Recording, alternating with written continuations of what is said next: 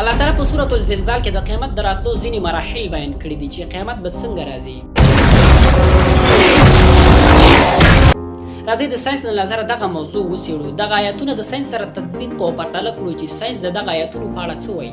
لکه مثلا الله تعالی په سورة الزلزال په لومړي آیات کې فرمایي چې کله قیامت رانږدې شي نو لومړی به یوه لویه او کلکه او شدیده زلزله رامنځته شي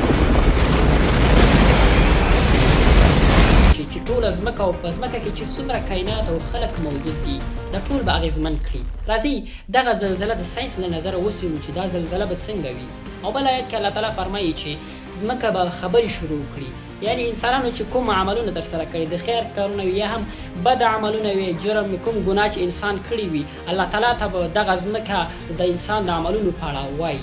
راځئ چې ځمکه به څنګه خبرې کوي د ساینس له نظره دغه موضوع وڅېړو. په لیدلو به ستاسو انشاءالله په زړه کې د اسلام لپاره نور هم ځای پیدا شي. دغه ډول ویډیو به تاسو نه وي لیدلي، حتما به سره دغه ویډیو وګورئ. الله تعالی د سورة الزلزال په لومړي آیات کې فرمایي: بسم الله الرحمن الرحيم إذا زلزلت الأرض زلزالها کله چې ځمکه په خپل زلزله کولو سره ولړزېږي. لومړی د دغه آیات اسلامي معنا کوو، یعنی اسلامي علماو د دغه آیات څنګه معنا کړې ده. علما وایي دا زلزله یوه عادي زلزله نه ده، بلکې هغه زلزله ده چې د قیامت په ورځ به رامنځته شي. دومره به شدیده وي چې ټول کائنات به اغېزمن کړي. علما وایي چې دا د قیامت یوه ستره علامه ده. د دغه آیت ساینسي معنا مفهوم دا دی چې دغه زلزلې به څه ډول وي او په څه ډول به رامنځته شي. ساینس وایي چې زلزلې د ځمکې دننه د پلیټونو د خوځښت له امله رامنځته کیږي. ځمکه د څو طبقاتو څخه جوړه ده چې لومړی طبقه یې ارث کرست دی چې یعنې د ځمکې قشر ورته ویل کیږي، چې د ځمکې پلیټونه همدغه د ارث کرست یعنې د ځمکې د قشر څخه جوړ شوي دي. چې کله د ځمکې پلیټونه خوځښت وکړي یعنې حرکت وکړي نو په دغه جریان کې په دغه صورت کې زلزلې رامنځته کیږي. ساینس یوه داسې وړاندوینه کړې ده چې یو وخت به راشي چې د ځمکې لاندې د لویو زلزلو سلسله به شروع شي چې ښایي ټول برازمونه یعنې د ځمکې چې څومره وچه برخه ده دا به ټوله بدله کړي یا به یې له منځه یوسي. سبحان الله، ساینسپوهانو چې کومه وړاندوینه کړې ده دا یې هغې زلزلې ته اشاره کړې ده چې کومه به د قیامت په ورځ پېښېږي، او دغه آیت د همدغې وړاندوینې مطابق دی.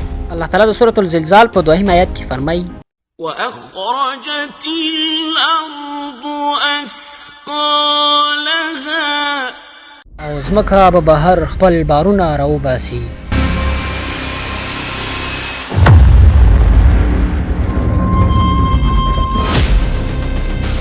د دغه آیت اسلامي مفهوم علما وایي د دغه آیت څخه مراد دا دی چې ځمکه به هغه څه راوباسي چې دننه یې لري، یعنې مړي انسانان چې مړه شوي دي د دوهم ځل لپاره به د حساب او کتاب لپاره د قیامت په ورځ راژوندي شي.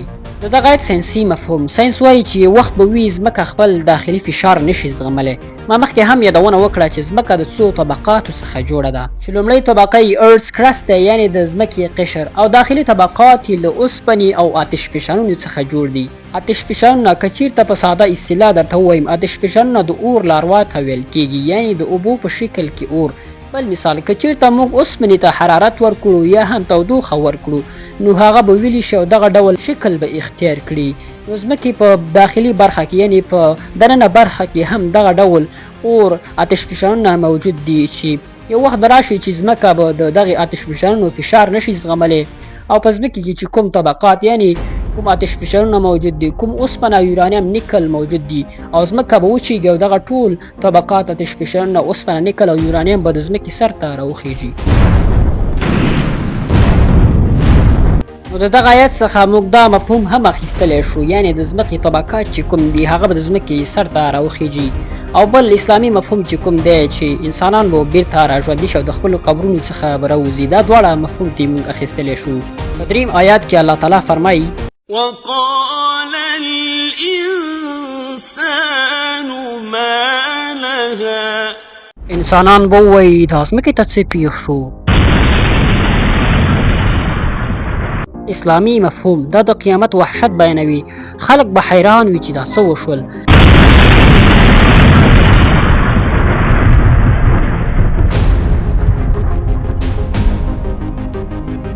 ساینسي مفهوم. ساینس وایي که یو لوی سیروي یا آسماني جسم یا تیږه ډبره له ځمکې سره ټکر وکړي یا که ځمکه د خپل مدار نه ووځي، نو انسانان به حیران شي چې په ځمکه څه وشول.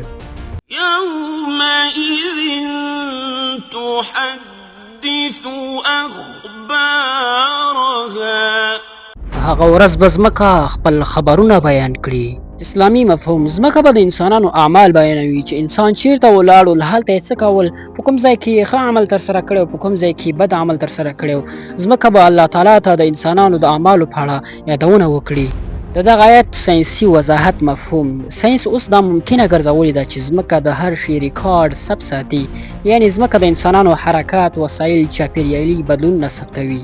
بأن ربك أوحى لها ځکه چې ستا رب هغې ته وحي کړې ده. اسلامي مفهوم. دا د الله امر دی چې ځمکه به خبرې کوي، ځکه چې الله تعالی به قدرت ورکړي.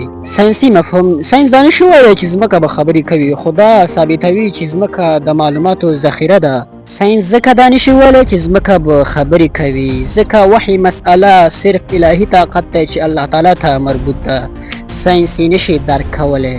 يومئذ يصدر الناس أشتاتا ليروا أعمالهم په هغه ورځ به خلک په تیتپرک حالت کې ور وګرځي تر څو چې خپل عملونه ورته وښودل شي. فمن يعمل مثقال ذرة خيرا يره ومن يعمل مثقال ذرة شرا يره. نو څوک چې د ذرې په اندازه نیکي وکړي هغه به یې وویني، او څوک چې د ذرې په اندازه بد وکړي هغه به یې هم وویني. اسلامي مفهوم. هر عمل که ښه وي یا بد وي، څومره کوچنی هم وي، له الله نه پټیږي او هر عمل خپل بدله لري. ساینسي مشابهت. ساینس وایي هیڅ عمل بې اثر نه وي، هره ذره له ځان سره اثر لري، یعنې که عمل هر څومره کوچنی وي نو حتما اثر لري. دا د سورة الزلزال تشریح د اسلامي علماو له نظره او همدارنګه د ساینس له اړخه. نو سبحان الله، ساینس هم دا تایید کړه چې د قیامت ورځ راتلونکې ده. الله تعالی چې کومې پیښې بیان کړي دي چې د قیامت په ورځ به واقع کیږي، ساینس یې تاییدوي. نو الحمدلله الله تعالی هغه ذات دی چې یو واحد او رښتینی ذات دی، او الله تعالی موږ ته یو سپېڅلی او رښتینی دین را کړی دی. الله تعالی هغه ذات دی چې دا ټول کائنات یې پیدا کړي دي او د دغو کائناتو په اړه بشپړ معلومات لري. هر څه چې پیښیږي یوازې الله تعالی پرې خبر دی او الله تعالی پرې ډېر ښه پوهیږي او موږ پرې نه پوهیږو. هیله ده چې دا کوم معلومات چې موږ په ساده الفاظو وړاندې کړل ستاسو د خوښې وړ ګرځېدلي او تاسو به پرې پوهېدلي یاست. که تاسو غواړئ د دغه ډول قرآني ساینسي معجزو په اړه همدارنګه د نړۍ د جالبو معلوماتو په اړه خبر شئ، نو زموږ د یوټیوب چینل در سره سبسکرایب کړئ، د فیسبوک په اړه در سره فالو کړئ.